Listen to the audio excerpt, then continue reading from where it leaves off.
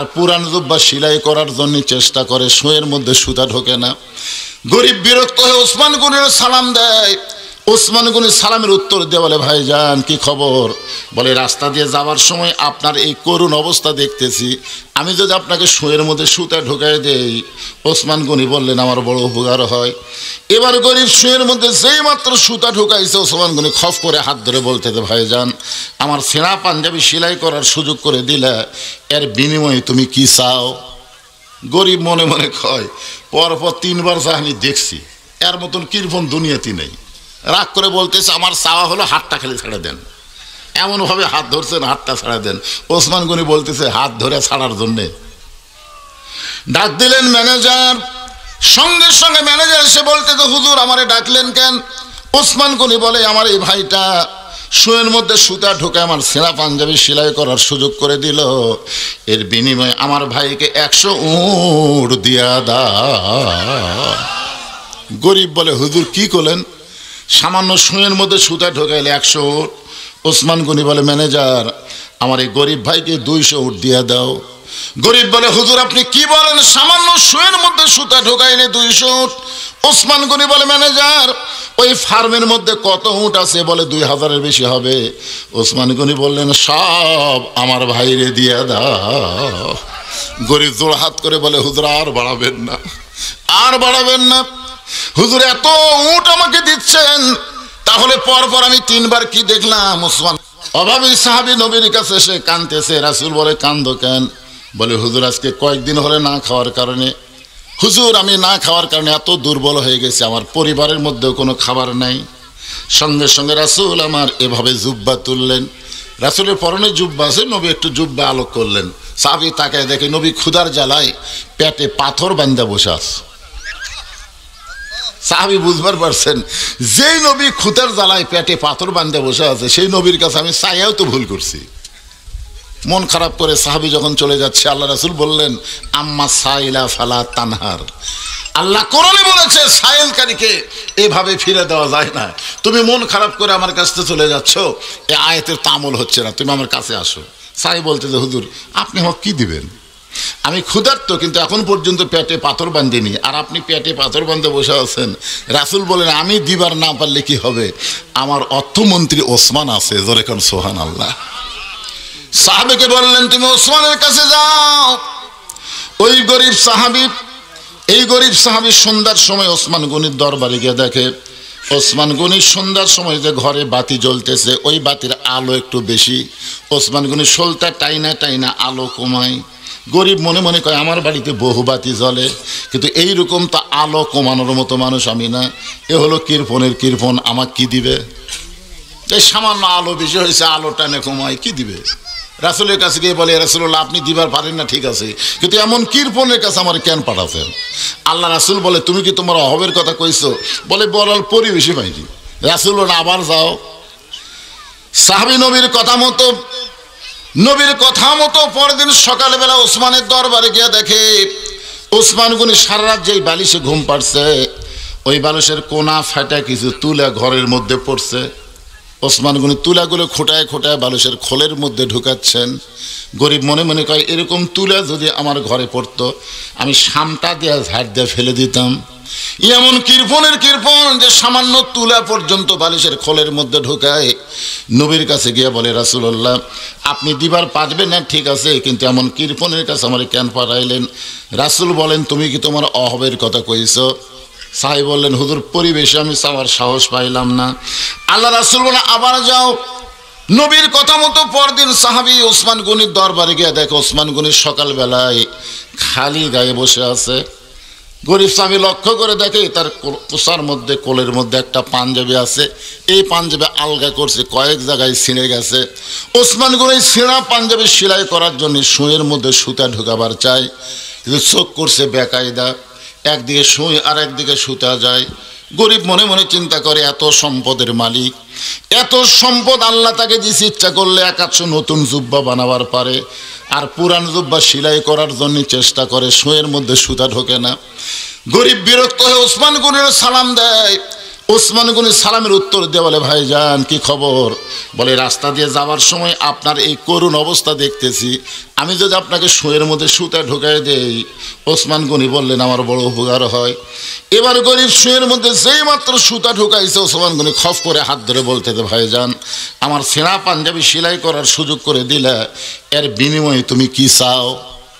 গরিব মনে মনে কয় পরপর 3 বার যা আমি দেখছি, এর মতন কৃপণ দুনিয়াতে নেই।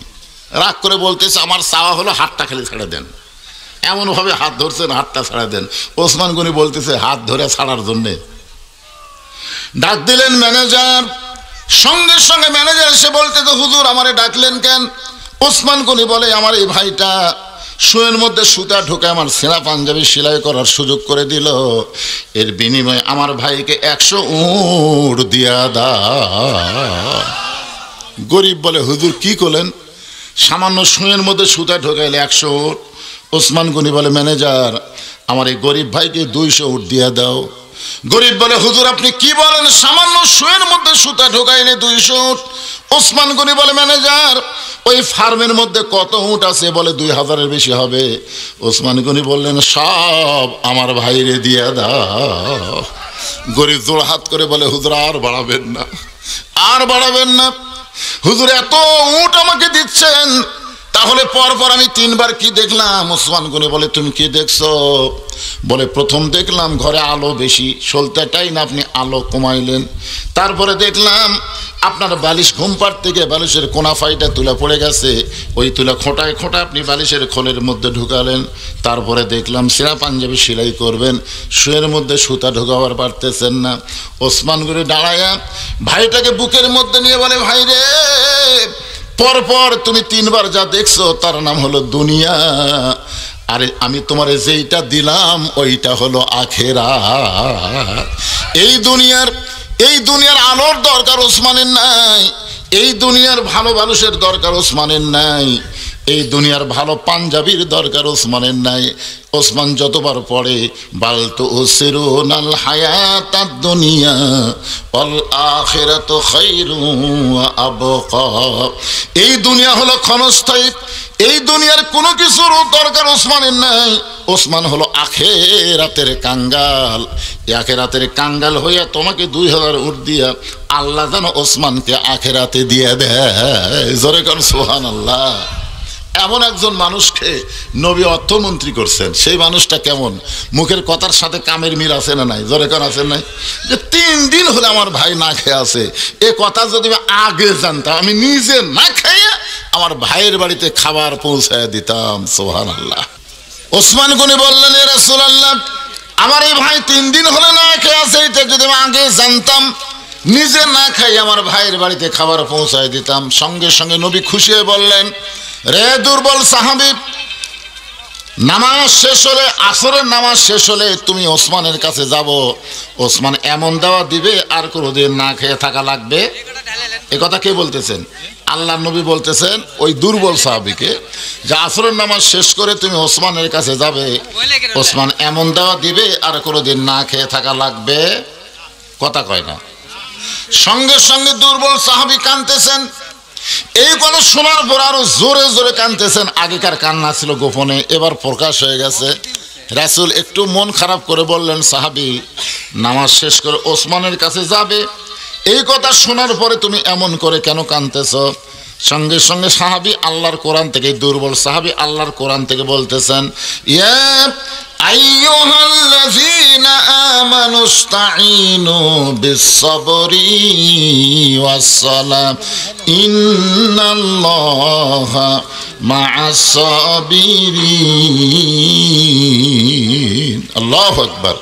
যে আয়াত নিয়ে আমি কথা বলতেছি ওই আয়াতটা সাহাবী পড়ে বলতেছি ইয়া রাসূলুল্লাহ 3 দিন হলে না খাওয়ার কারণে আমার দেহ দুর্বল হয়ে গেছে। এই মনোযোগ দিয়ে শুনুন, কি দুর্বল হয়ে গেছে? দেহ দুর্বল হয়ে গেছে, কিন্তু আমার ঈমানটা এখনো তত দুর্বল হয়নি। যতক্ষণ পর্যন্ত আমার ঈমান বলবে আল্লাহ আমাকে সাহায্য করবে। কে সাহায্য করবে? আল্লাহ আমাকে সাহায্য করবে, ততক্ষণ পর্যন্ত দরকার হলো আমি না খাইয়া খাইয়া মরে যাব, কিন্তু আমার আল্লাহ বাদ দিয়ে আমি ওসমানের কাছে যাবার পারবো না। কে বলতেছেন যাবার? নবী বলতেছেন নামাজের পরে। আর সাহাবী কি কইছে? কথাটার দিকে খেয়াল করছেন? যে আমার ইমান বলতেছে এখন পর্যন্ত ইয়্যাকা না'বুদু ওয়া ইয়্যাকা নাস্তাইন, গোলামি করি কার? সাহায্য চাই কার কাছে? এখন পর্যন্ত আমার ইমান বলতেছে আল্লাহ আমাকে সাহায্য করবে, আল্লাহ আমাকে সাহায্য করবে। আমার ইমান যতক্ষণ বলবে আল্লাহ আমাকে সাহায্য করবে, ততক্ষণ পর্যন্ত আমি আল্লাহ ছাড়া দুনিয়ার কোনো ওসমানের কাছে যাব। সঙ্গে সঙ্গে নবী বললেন আজকে নামাজ দেরিতে হবে, আসরের নামাজ আজকে দেরিতে হবে। এই কথা বলে আল্লাহ নবী দুর্বল সাহাবীর দিকে রওনা দিলেন। মসজিদ নববীর সামনে কাতারে সাহাবী বসে আছেন আর নবী আছে মেহরাবের মধ্যে। ওই মেহরাব থেকে নবী যখন দুর্বল সাহাবীর দিকে রওনা দিলেন, রওনা দেওয়া মানে একটু পা তুললেন, এমন সময় ওমর ফারুক আল্লাহ নবীর জুব্বা ধরে বলতেছি, ইয়া রাসূলুল্লাহ আপনার জুতার পরশে আল্লাহর আরশ ধন্য হয়ে যায়। আরশ, সুবহানাল্লাহ বলেন না কেন? আর সেই নবী আপনি দুর্বল সাহাবীর কাছে যাবেন কেন? আপনি কেন হুকুম দেন ওকে আমরা চ্যাংদোলা করে আপনার কাছে নিয়ে আসতেছি, আপনাকে যাওয়া লাগবে কেন? আপনি কেন হুকুম দেন? হযরত আলী 2 বস্তা সিমেন্ট দান করবে। আল্লাহ হযরত আলীর দানকে আল্লাহ আপনি কবুল করেন। আল্লাহ রাসূল একটু রাগ করে বলেন, ওমর তোমার 2 চোখ দিয়ে তুমি শুধু দুর্বল সাহাবী দেখতেছো। ইয়ানজুরু বিনুরিল্লাহ, একটাবার চোখ বন্ধ করে দেখো আমি নবী কেন তার দিকে রওনা দিচ্ছি। সুবহানাল্লাহ না কেন? আসলে একদিন আল্লাহ নবী নামাজ পড়ে ফজর এবং আসর এই 2 ওয়াক্ত নামাজের সালাম ফিরে নবী সাহাবীর দিকে মুখ ঘোরে। তো আসরের নামাজ পড়ে নবী যখন সাহাবীর দিকে মুখ ঘুরাছে, এমন সময় দেখে পিছনে একটা সাহাবী দাঁড়িয়ে আছে। আল্লাহ রাসূল বললেন এজলেস ইয়া সাহাবী, বসো। দাঁড়াইছো কেন? বলে হুজুর আমি একজন রাখাল, তো হযরত বেলাল যখন আজান দিয়েছে ইঞ্জিনিয়ার আসাদুল্লাহ সাহেব 5 বস্তা সিমেন্ট দান করবে। আল্লাহ ইঞ্জিনিয়ার সাহেবের দানকে আল্লাহ কবুল করেন। হুজুর আমি রাখাল, উট দুম্বা চড়াই। যখন বেলাল আসরে আজান দিয়েছে, আজান শোনার পরে আমি আপনার পিছনে নামাজ পড়ার জন্য রওনা দিলাম, কিন্তু এত দূরে আমি ছিলাম যার কারণে আস্তে আস্তে দিকে মসজিদ ভরে গেছে, বারান্দাও ভরে গেছে। আমি এবার সবার শেষে নামাজ পড়ে আপনি যখন আসরের পরে কিছু বয়ান করেন, আমি দূর থেকে আপনার বয়ান শুনতে পাই, কিন্তু আপনার পবিত্র চেহারা ঠিক মতো দেখতে পাই না। এই জন্য দাঁড়িয়ে দাঁড়িয়ে আপনার চেহারা দেখে আমার কলিজা একটু শান্তি পায়। এ কথা শোনার সঙ্গে সঙ্গে রাসূল বললেন, এই সাহাবীরা তোমরা মাঝখানে রাস্তা করে দাও। তো সমস্ত সাহাবী নড়ে সরে যখন রাস্তা করে দিছে, সাহাবীরা চিন্তা করতেছে হয়তো রাসূল বলবেন রাখাল তুমি আমার কাছে আসো। কিন্তু আল্লাহ নবী ওই রাখাল সাহাবীকে কাছে আসতে না বলে নিজেই দাঁড়িয়ে যখন রাখালের দিকে যাওয়ার চায়, সাহাবীরা বললেন হুজুর আপনি যাবেন কেন? রাখালকে বললেই তো আপনার কাছে আসে। আল্লাহ রাসূল বললেন তোমরা শুধু রাখাল দেখতেছো, কিন্তু আমি ইয়ানজুরু বিনুরিল্লাহ, নূরের চোখ দিয়ে কলিজার মহব্বত দেখতে পাচ্ছি। আর কলিজার মহব্বতের এত বেশি পাওয়ার যে আমি নবী তার কাছে ছুটে যাচ্ছি। জোরে কার সুবহানাল্লাহ। এই হাদিসটা ইমাম মালিক রহমতুল্লাহ নকল করে বলেছেন, তোমরা পৃথিবীর যেখানেই থাকো না কেন, নবীর সুন্নাত, নবীর আদর্শ, নবীর মহব্বত তোমরা যদি আমল করতে পারো, তুমি যেখানেই থাকো না কেন তোমার ভাঙ্গা ঘরে এসেও হলেও আল্লাহর নবী স্বপ্নে তোমার সঙ্গে দেখা দিয়ে দিবে। জোরে কোন সুবহানাল্লাহ। বেশি বেশি দরুদের আমল করবেন, নবীর সুন্নাত আদর্শ আমল করবেন। আপনি মদিনায় যাবার না পারলেও মদিনার নবী আপনার কাছে চলে আসবে। আল্লাহ নবী ওমর তুমি শুধু দুর্বল সাহাবী দেখতেছো, একটাবার চোখ বন্ধ করে দেখো ওই দুর্বল সাহাবী। এবার হযরত ওমর চোখ বন্ধ করে যেই মাত্র তাকাইছে, দুর্বল সাহাবীর দিকে যেই মাত্র তাকাইছে, আপনারা বলেন যে চোখ বন্ধ করে আবার তাকান যায় নাকি? যায়। আমাকে সে চোখ নাই তো, খালি 2 চোখ দিয়ে দেখতেছি এটা কার বাড়ি, এটা কার জমি, এটা কার পুকুর, খালি 2 চোখের দেখা। একবার চোখ বন্ধ করে দেখেন, একটা জমি একটা বাড়ি আপনার চোখত পড়বে না, খালি কবর চোখত পড়বে। জোরে কোন কথা ঠিক কিনা? এটা কার বাড়ি রে, এটা কার জমি রে, এটা এই 2 চোখের ধান্দা। তাহলে চোখ বন্ধ করে দেখেন, এ দুনিয়ার বাড়ি ঘর একদিন হইয়া যাবে পর, যাইতে হবে অন্ধকার কবর। আমরা চোখ বন্ধ করি না দেখেই তো নকলের মধ্যে আছি। ওমর ফারুক যেই চোখ বন্ধ করছে, ইয়ানজুরু বিনুরিল্লাহ, নূরের চোখ দিয়ে তাকায় দেখে ওই দুর্বল সাহাবীর ঈমান এত বড়। ওমর ফারুক কাঁপতে কাঁপতে পড়ে গেছে। কিছুক্ষণ পরে আল্লাহ রাসূল বললেন, ওমর তুমি এমন কি দেখলা যেটা দেখার পরে তুমি কাঁপতে কাঁপতে পড়ে গেলা? ওমর ফারুক বলে, রাসূলুল্লাহ আমি দেখেছি ওই দুর্বল সাহাবীর ঈমানের পাওয়ার। আল্লাহ রাসূল বললেন পাওয়ারটা কীরকম হতে পারে? ওমর ফারুক বললেন আসমান থেকে সূর্য যদি টান দিয়ে ওই সূর্যের জায়গায় যদি ওই দুর্বল সাহাবীর ইমানটা লটকানো হয়, আমার বিশ্বাস ওই সাহাবীর ইমানের আলো সূর্যের আলোর চাইতেও বেশি হবে। সুবহানাল্লাহ কর না কেন? আপনারা বলেন তো, এই যে ইমানের পাওয়ার, এটা কোন ইবাদতের মাধ্যমে? কথা কয় না। কোন ইবাদত? নামাজ। জোরে কর না কেন? কোন ইবাদত? আর সালাতু মেরাজুল মুমিনিন, নামাজ হচ্ছে মুমিনদের মেরাজ। এই হাদিসকে আপনাদের বিশ্বাস হয়? আল্লাহ রাসূল বলেছেন, বুখারী শরীফের প্রথম হাদিস, কিতাবুল ইহসান, আন তা'বুদুল্লাহা কাআন্নাকা তারাহু ফাইন লাম তাকুন তারাহু ফাইন্নাহু ইয়ারাকা। যখন কোনো আল্লাহর বান্দা ইবাদতের মধ্যে শামিল হয়, এই ইবাদতের নাম হলো নামাজ, তখন সেই ইবাদতের মালিক আল্লাহকে দেখতে পায়। আল্লাহ যদি দেখা সম্ভব না হয়, আল্লাহ যে তাকে দেখতেছে, এই বিশ্বাস তার কলিজার মধ্যে আসে। জহুরুল ইসলাম 5 বস্তা সিমেন্ট দান করবে। আল্লাহ জহুরুল ইসলামের দানকে আল্লাহ আপনি কবুল করেন, আল্লাহুম্মা আমিন। আজকের আলোচনা শেষ পর্যায়ে আমি নিয়ে আসলাম। আবার অনেকে মনে করবে লোক চলে গেছে দেখে হুজুর হয়তো শেষ করলো না। আমি শেষ করলাম ভাইজান। এখান থেকে যেটা আমি আপনাদের বুঝাবার চাইলাম, সব বাদ দেন, কিন্তু নামাজ যেন বাদ দিয়েন না। এক সময় নামাজে আপনাকে আবার আল্লাহর সব ভালো কাজগুলো ধরার তৌফিক দিয়ে দিবে। এমন পাওয়ার নামাজের মধ্যে আছে না নাই? ওয়াজ দিয়ে নামাজ হবে না। আমরা যতই ওয়াজ করি, ওয়াজ দিয়ে নামাজ হবে না। নামাজ হবে কিসের মাধ্যমে? আল্লাযীনা ইম্মাক্কান্নাহুম ফিল আরদ। মুসলমানের মধ্যে কাউকে যখন ক্ষমতার চেয়ার দেওয়া হবে, তার 1 নম্বর দায়িত্ব হলো আকামুস সালাত, নামাজ কায়েম করা। আমাদের বাংলাদেশি মানুষ আমরা নামাজ পড়ি, মন চালে আমি পড়ি, আমার ছেলে পড়ে না, স্বামী পড়ে, বউ পড়ে না, দাদা পড়ে, লাতি পড়ে না, বাপ পড়ে, বেটা পড়ে না। এইরকম ফাজলামি নামাজ চলবি না। ধর এখন কথা ঠিক করে, এটা হলো নামাজের মধ্যে ফাজলামি করা। নামাজ পড়া মানে সবাই নামাজ পড়া লাগবে, ঠিক করে বলেন? এটা হলো নামাজ কায়েম করা। আপনাদের একটা ছোট্ট যুক্তি দেই। আচ্ছা, আমরা সবাই এখানে বসে আছি, আমাদের সকলের শরীরে কাপড় আছে না নাই? এখানে যদি একজন উলঙ্গ হয়ে আসে, আপনারা কোন ব্যক্তি তাকে আপনার কাছে বসাবেন? যে ন্যাংটা হয়ে যাচ্ছে, আপনি কাছে নেবেন? কি জন্য নেবেন না? কারণ এখানে কাপড় কায়েম হয়ে গেছে, কাপড় প্রতিষ্ঠা হয়ে গেছে। এখানে কোনো ন্যাংটা ব্যক্তিকে পছন্দ হবে না। যেদিন নামাজ কায়েম হবে, সেদিন বেনামাজিদেরকে ন্যাংটার মতন মনে হবে। ন্যাংটা রেখে যেমন কাছে লাগে না, ন্যাংটার সাথে আত্মীয়তা করে না, ন্যাংটার সাথে বসে চা খায় না, তখন দেখবেন বেনামাজির সাথে নামাজি কোনোদিন মিলেমিশে থাকতে পারবে না। হয় নামাজ পড়, হয় কাপড় পর। কাপড় পরার সময় যায়, নামাজ কায়েম কর, নামাজের মধ্যে আই। আজকে দেখবেন বাপ নামাজ পড়ে, বেটা নামাজ পড়ে না। আপনার কি বেটাক ন্যাংটা মনে হয়? বেটা যদি নামাজ না পড়ে, বেটাক ন্যাংটার মতন মনে হবে, কিন্তু হচ্ছে না তো। তার মানে বোঝা গেল বাংলাদেশে এখনো নামাজ কায়েম হয়নি। আগামীতে ইনশাল্লাহ হবে। সব দেখা হলো শেষ। আগামীতে আমরা দেখবো আল্লাহর কোরআনের বাংলাদেশ। আল্লাহ কবুল করুক, জোরে কোন আমিন।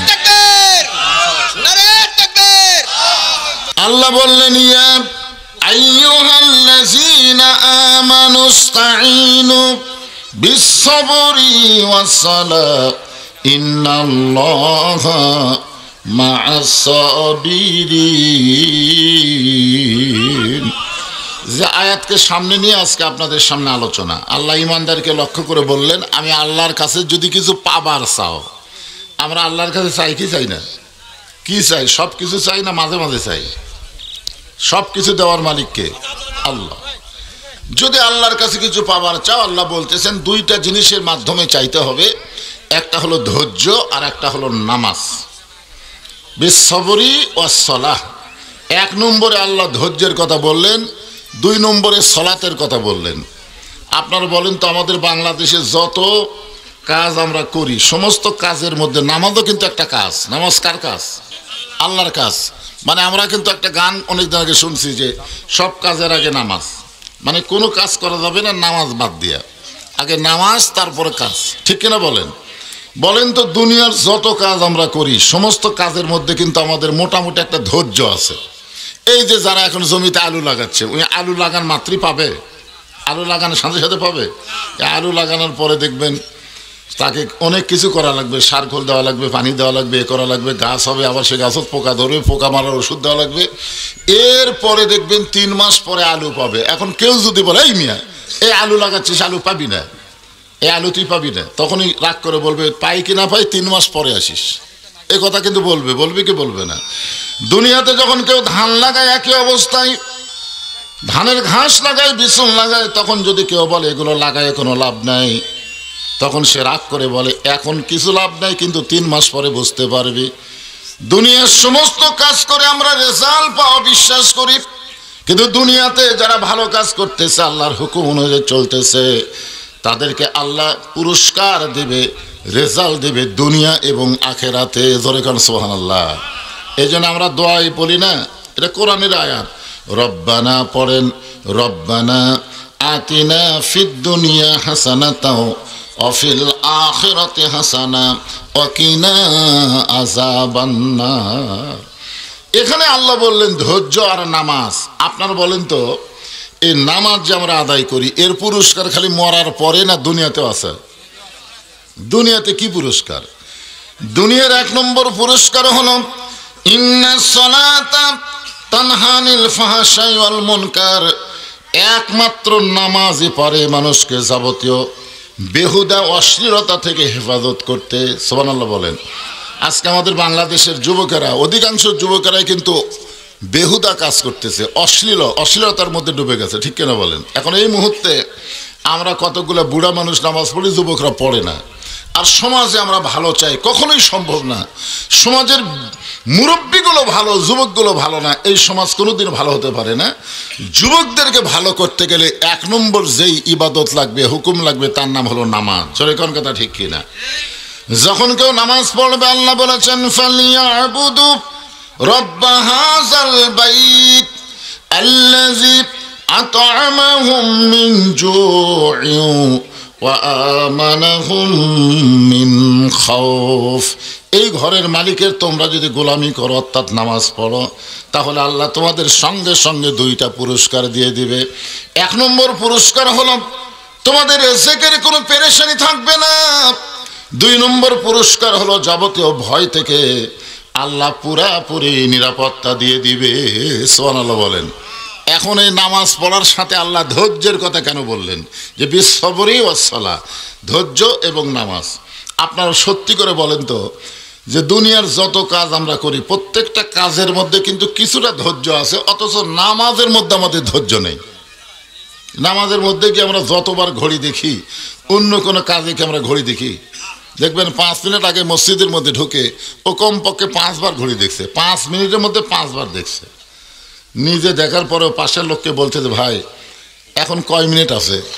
তো বলতেছে ভাই এখনো 4 মিনিট আছে। তখনই আফসোস করে বলতেছে আজকে ঘড়ি লড়তেছে না রে, আজকে ঘড়ি লড়তেছে না। দেখেন, এই লোকটাই কিন্তু, এই যে মসজিদের মধ্যে যে অধৈর্য হয়ে গেছে, এই লোকটাই কিন্তু চাষতলে যায় ঘন্টার পর ঘন্টা আড্ডা মারতেছে, একবারও ঘড়ি দেখতেছে না। অথচ আপনি যখন নামাজের মধ্যে সামিল হচ্ছেন, তখন মসজিদ ঢোকার সময় আপনি কি দোয়া পড়ছেন? আল্লাহুম্মা আফতাহ লি আবওয়াব রাহমাতিক। আপনি যে ঘরের মধ্যে ঢুকলেন, এটা কি গজবের ঘর না রহমতের ঘর? তাহলে রহমতের দরজা দিয়ে রহমতের ঘরের মধ্যে ঢুকে আপনি অবশ্যই জানেন সময় মতো নামাজ হবে, সময়ের বাহিরে নামাজ হবে না, ওয়াক্ত মতো নামাজ হবে। নামাজের ওয়াক্ত তালাশ করা হলো ফরজ। তাহলে আপনি বারবার কেন ঘড়ি দেখতেছেন? আপনি বুঝাই দিলেন সব জায়গায় আমার ধৈর্য আছে, কিন্তু নামাজের মধ্যে নাই। অথচ আল্লাহ বললেন যদি আমার কাছে কিছু পাওয়ার চাও, তাহলে ধৈর্যর নামাজের মধ্য দিয়ে চাও। এইটা বোঝানোর জন্য বলতেছি, নামাজটা হলো আসরের নামাজ। কোন নামাজ?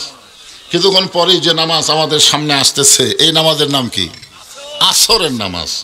হযরত বেলাল ইবনে রেবা যখন নামাজের আজান দিলেন, আজান দেওয়ার সঙ্গে সঙ্গে চারিদিক থেকে সাহাবীরা মসজিদ দিকে ছুটে আসলেন। একটা ফতোয়া আপনারা খেয়াল করবেন, ইল্লা মুয়াজ্জিন, শুধু মুয়াজ্জিন ছাড়া আজান দেওয়ার আগে কেউ যদি মসজিদের মধ্যে প্রবেশ করে, তার নামাজ হবে, কিন্তু মসজিদে প্রবেশ করার একটা সওয়াবও আল্লাহ তাকে দেবে না। কারণ মসজিদে প্রবেশ করা লাগবে আজান দেওয়ার পরে। যেরকম আজান দেওয়ার কখন? আজান দেওয়ার আগে কেউ যদি আসে, নামাজ হবে, মসজিদের মধ্যে নামাজ হবে, কিন্তু মসজিদে প্রবেশের যে একটা সওয়াব আছে, এই সওয়াব থেকে আপনারা বঞ্চিত হবেন। সওয়াবটা কখন থেকে শুরু হয়? আজান দেওয়ার পর থেকে হয়। কখন থেকে শুরু হয়? তাহলে আপনারা কখন আসবেন মসজিদে? আজান দেওয়ার আগে না পরে? হযরত বেলাল যখন আজান দিলেন, আজান শোনার সঙ্গে সঙ্গে প্রত্যেকটা সাহাবী মসজিদ দিকে ছুটে আসলেন। আজান দেওয়ার সঙ্গেই কিন্তু নামাজ হয় না, একটু সময় আছে না নাই? তো যখন জামাতের সময় হলো, নামাজের জামাতের যখন সময় হলো, তখন হযরত বেলাল ইবনে রেবা আবার আজানের মতোই যেটা দেয়, কিন্তু কদ কামাতের সালাহ, একই কথা 2 বার বেশি কয়। এর নাম কি?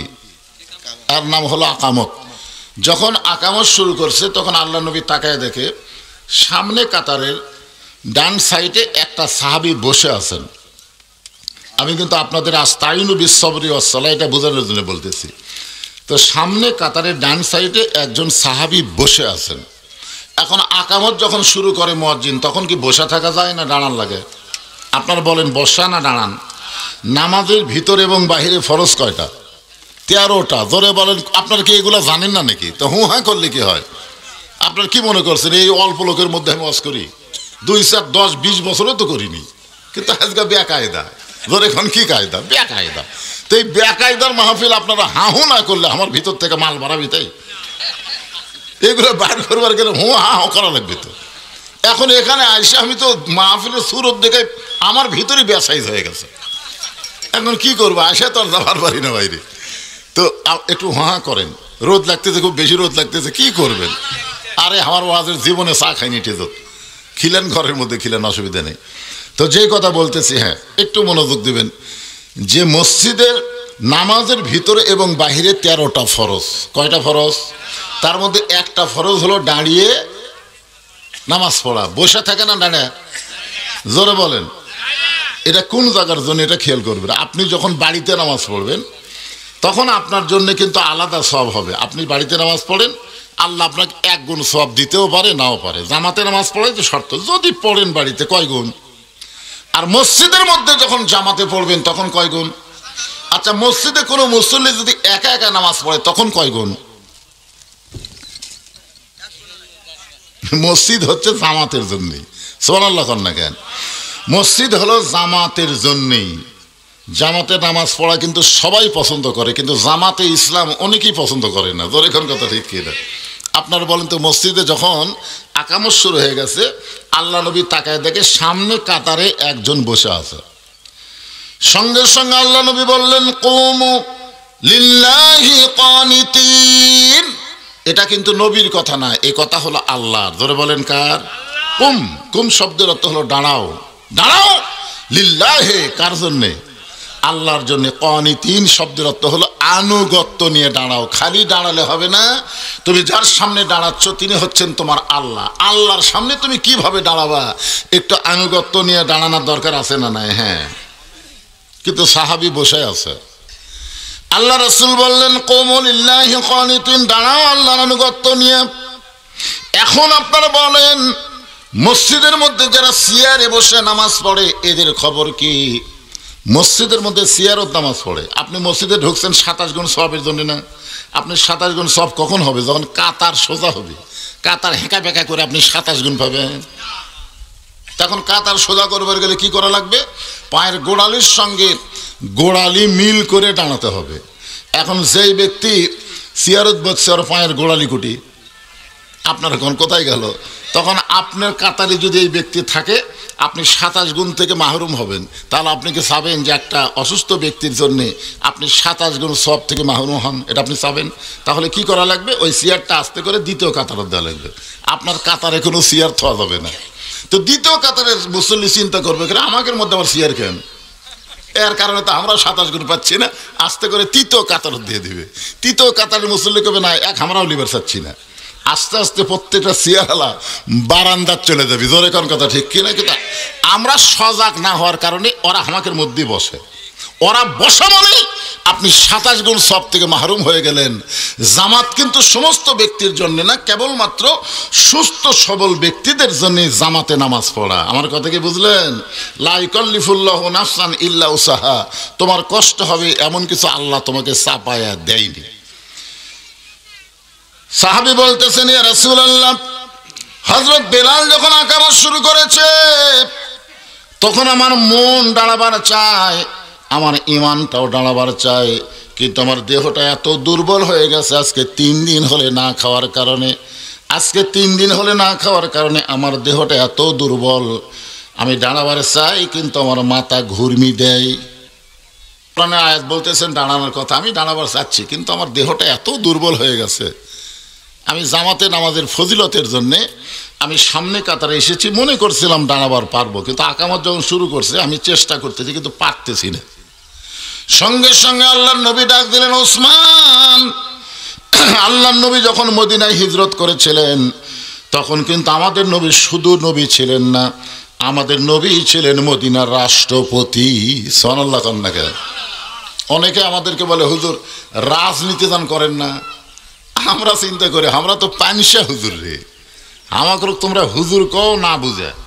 আজ পর্যন্ত 42 বছর ওয়াজের বয়স, আমার বউ আমাকে হুজুরই কয় না, কিন্তু যারা আমাকে হুজুর কয় আর আমাকে চেনে না, তো এই জন্য হুজুর কয়। আসলে আমরা হুজুর হওয়ার যোগ্য, তারপরে কয় হুজুর রাজনীতি যেন করেন না। আমি অনেক জায়গায় বলি আমরা পানসা হুজুর, আমাকে নিষেধ করো কেন? আসল হুজুরের কাছে যাও। আসল হুজুর হিজরতের পরে 10 বছর মদিনার রাষ্ট্রপতি ছিলেন। জোরে কোন সুবহানাল্লাহ। তাহলে বড় হুজুর নবী যদি রাজনীতি করে আর আমরা পানসা হুজুর রাজনীতির কথা বললি তোমাকে বাজে কোন জায়গা? আল্লাহর নবী ছিলেন মদিনার রাষ্ট্রপতি। নবী যখন মদিনার রাষ্ট্রপতি ছিলেন তখন ধর্মমন্ত্রী হলেন হযরত আবু বকর। ধর্মমন্ত্রীর নাম হলো হযরত আবু বকর। আইন মন্ত্রীর নাম হলো হযরত ওমর। অর্থমন্ত্রীর নাম হলো ওসমান গনি। আর শিক্ষামন্ত্রীর নাম হলো হযরত আলী। আমি আপাতত 4টা মন্ত্রীর নাম করলাম, আরও মন্ত্রী আছে, স্বরাষ্ট্রমন্ত্রী, পররাষ্ট্রমন্ত্রী। কিন্তু আল্লাহ নবী তো কোনো সাহাবীকে ডাক দিলেন না, ডাক দিলেন কাকে? অর্থমন্ত্রী ওসমানকে। জোরে কোন সুবহানাল্লাহ। ওসমান, তোমার এই ভাই আজকে 3 দিন ধরে না খাওয়ার কারণে এর শরীরটা এত দুর্বল হয়ে গেছে, এর দেহটা এত দুর্বল হয়ে গেছে, ও নামাজে দাঁড়াবার চায় কিন্তু মাথা ঘুরমি দেয়। ওসমান, আল্লাহ তোমাকে এত সম্পদ দান করেছে, সম্পদের মালিককে কথা কয় না তো আল্লাহ রাসূল কি বললেন? ওসমান তুমি এত সম্পদের মালিক হয়ে গেছো, এ কথা বলেনি। আল্লাহ রাসূল বলতেছেন ওসমান আল্লাহ তোমাকে এত সম্পদ দান করেছে। এখান থেকে আমরা বিশ্বাস করব আমাদের যত সম্পদ আছে এই সম্পদের মালিক আমরা না, এই সম্পদের মালিককে। খালি মুখে কলে হবে না, অন্তরে দিয়ে এটা মানে নেওয়া লাগবে। আল্লাহ রাসূল একদিন ওসমানকে ডাক দিলেন, ওসমান আল্লাহ তোমাকে কত সম্পদ দিয়েছে তার কি কোনো হিসাব আছে?